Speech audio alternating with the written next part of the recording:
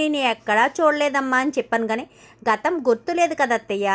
లేదంటే మీ అబ్బాయి నన్ను ఎందుకు ఇంప్రెస్ చేయాలని చూస్తారు? నేను ఏం చెప్పినా వరిగడ్డంగా మాట్లాడతారు.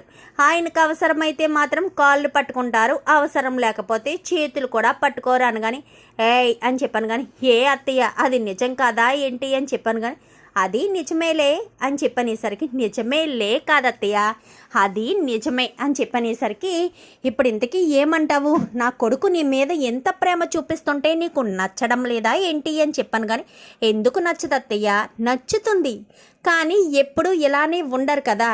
ఇలా ఎన్ని రోజులు మీ అబ్బాయి ఎప్పుడు గతం గుర్తు చేసుకుంటారు? నేనే తన భార్యనని ఎప్పుడు తెలుసుకుంటారు?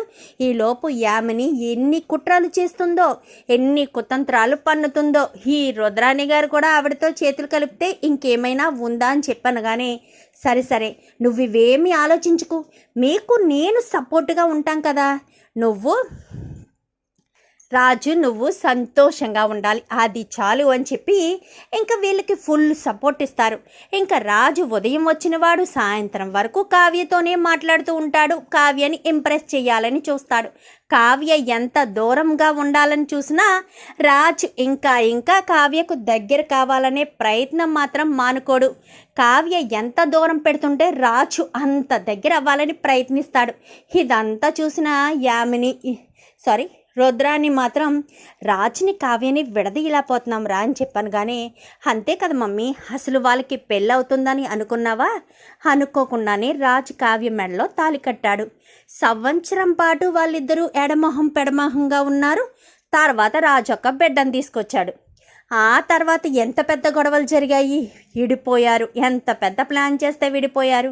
ఇన్ని చేసాం, మళ్ళీ వాళ్ళిద్దరూ ఒకే గూటికి చేరారు. ఇంత జరిగిన తర్వాత రాజకావ్యులు విడిపోతారని ఎలా అనుకున్నావు మమ్మీ? నేనైతే ఎప్పటికీ ఇంటికి వారసుడు కాలేను, ఆ CEO పదవి కూడా నాకు రాదు అని చెప్పాను. కానీ అలాగే నిరాశ పడకురా అని చెప్పనేసరికి నిరాశ కాకపోతే ఇంకేముంటుందమ్మా, ఏమీ ఉండదు అని చెప్పి రాహుల్ రుద్రాని అనుకుంటారు. ఇంకా యామిని ఆలోచిస్తుంది, ఇంకా ఈవిడ్ని నమ్ముకోవడం వల్ల ఎలాంటి ఉపయోగం లేదు. ఇన్ని రోజులు కావ్య జోలికి వెళ్ళకూడదు, కావ్యని ఏమీ చేయకూడదు, రాజు నాకే సపోర్ట్గా ఉన్నాడు కదా అని అనుకున్నాను. ఇప్పుడు చూస్తుంటే అర్థమవుతుంది, కావ్య బ్రతికుండకూడదు. కావ్య బ్రతికుంటే రాజు ఈరోజు కాకపోతే రేపైనా గతాన్ని గుర్తు చేసుకుంటాడు. ఒకవేళ నా మెళ్ళలో తాళి కట్టిన తర్వాత అయినా కావ్య గుర్తొస్తే నన్ను నిర్దాక్షిణ్యంగా వదిలేసి వెళ్ళిపోవడానికైనా వెనకాడడు, లేదా కావ్యం తీసుకుని ఎక్కడికైనా వెళ్ళిపోతాడు. ఇప్పుడు నేను కావ్యను పూర్తిగా అడ్డు తొలగించుకోవాలి. అలా అడ్డు తొలగించుకోవాలంటే ఏం చేయాలి అని యామిని కాస్త ఆలోచిస్తూ ఉంటుంది. ఏంటమ్మా యామిని, ఈ మధ్య బాగా డిస్టర్బ్గా ఉన్నావు అని చెప్పాను. కానీ ఏం చేయమంటావు మమ్మీ? పెళ్లి శుభలేఖల వరకు వచ్చింది. ఇంకా రాజు నా వాడే, నా నుంచి దూరం కాడు అనుకున్నాను. కానీ ఈలోపు కావ్య వచ్చింది, యామిని రుద్రాని అని వచ్చింది. రాజు మళ్ళీ వాళ్ళ ఇంట్లోకి వెళ్ళాడు, కావ్యని ఇష్టపడడం మొదలుపెట్టాడు. ఒక పక్క శుభలేఖలు పంచుతున్నా ఏమాత్రం భయం లేకుండా కావ్యతో హ్యాపీగా తిరుగుతున్నాడు. ఇప్పుడు చివరికి వచ్చేసరికి రాజ్ ఏం చేస్తాడో ఏం చేయబోతున్నాడో కూడా అర్థం కావట్లేదు మమ్మీ అని చెప్పాను. కానీ నువ్వంటే ఇష్టం లేదని చెప్తాడేమో అని చెప్పనేసరికి ఖచ్చితంగా అదే చెప్తాడు వైదేహి. ఎందుకంటే అక్కడ ఉన్నది రాజ్ కదా, ఏదైనా మొహమాటం లేకుండా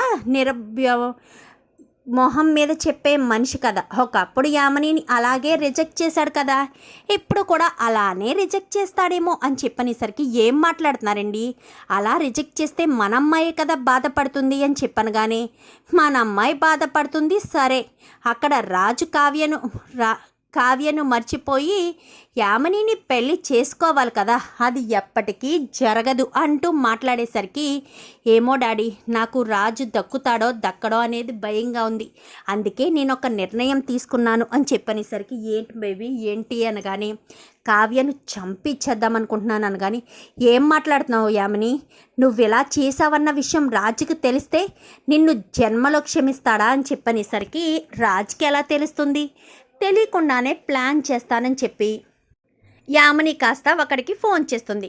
ఫోన్ చేసేసరికి ఇంకా వాడు పలానా చోటికి రమ్మనగానే యామిని బయలుదేరుతుంది. ఇక్కడ అకస్మాత్తుగా రాజు కావ్య వాళ్ళ ఇంటికి వెళ్ళిన వాడు కాస్త తిరిగి ఇంటికి వస్తూ ఉంటాడు.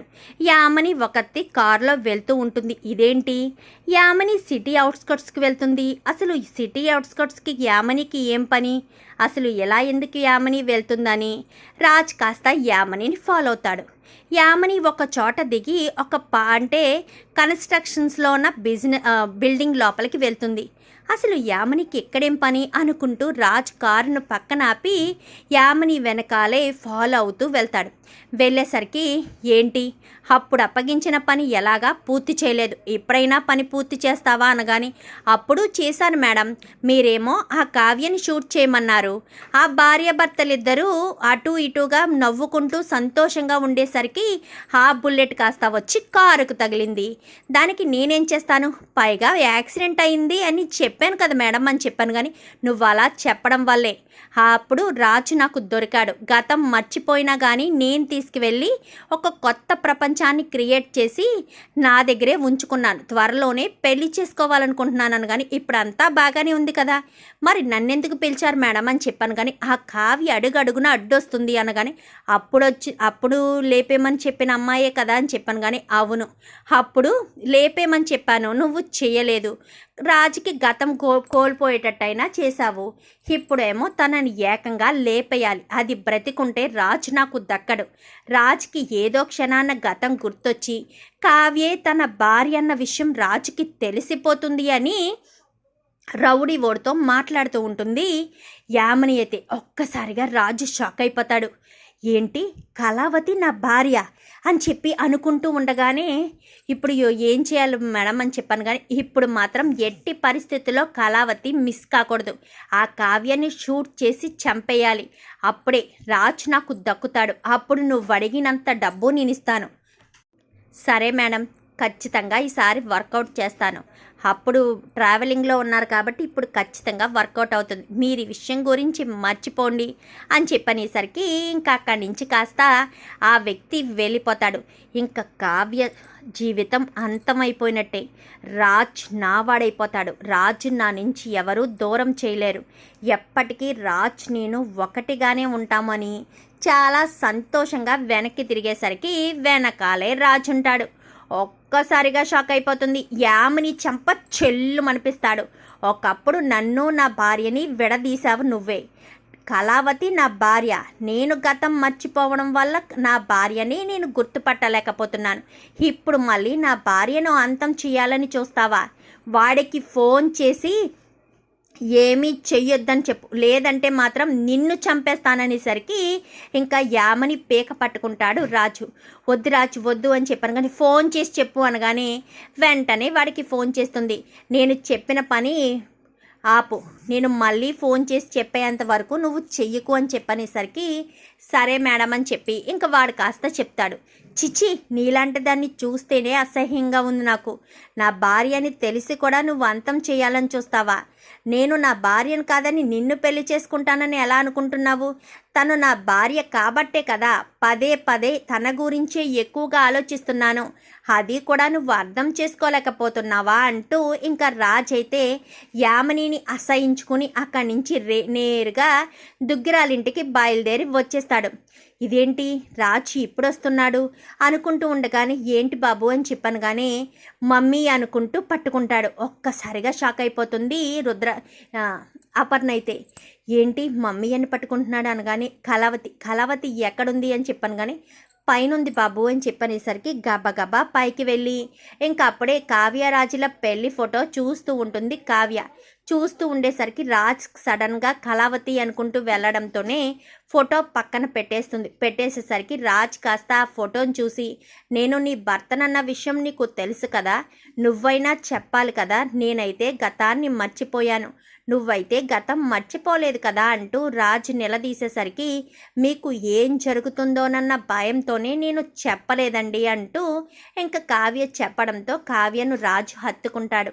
నాకేమవుతుంది, నువ్వు నా పక్కనుండగా నాకేమీ కానివ్వము, నిన్ను నన్ను ఎవరు విడదీయలేరు అని చెప్పి రాజ్ కాస్త కావ్యని హత్తుకుంటాడు. చూద్దాం మరి రాబోయే ఎపిసోడ్స్లో ఇలాగే జరగాలని మీరు కూడా కోరుకుంటే వీడియో నచ్చితే లైక్ చేయండి, ఛానల్ని సబ్స్క్రైబ్ చేసుకోండి, పక్కనే ఉన్న బెల్ సింబల్లో ఆల్ పై క్లిక్ చేయండి. Thank you for watching.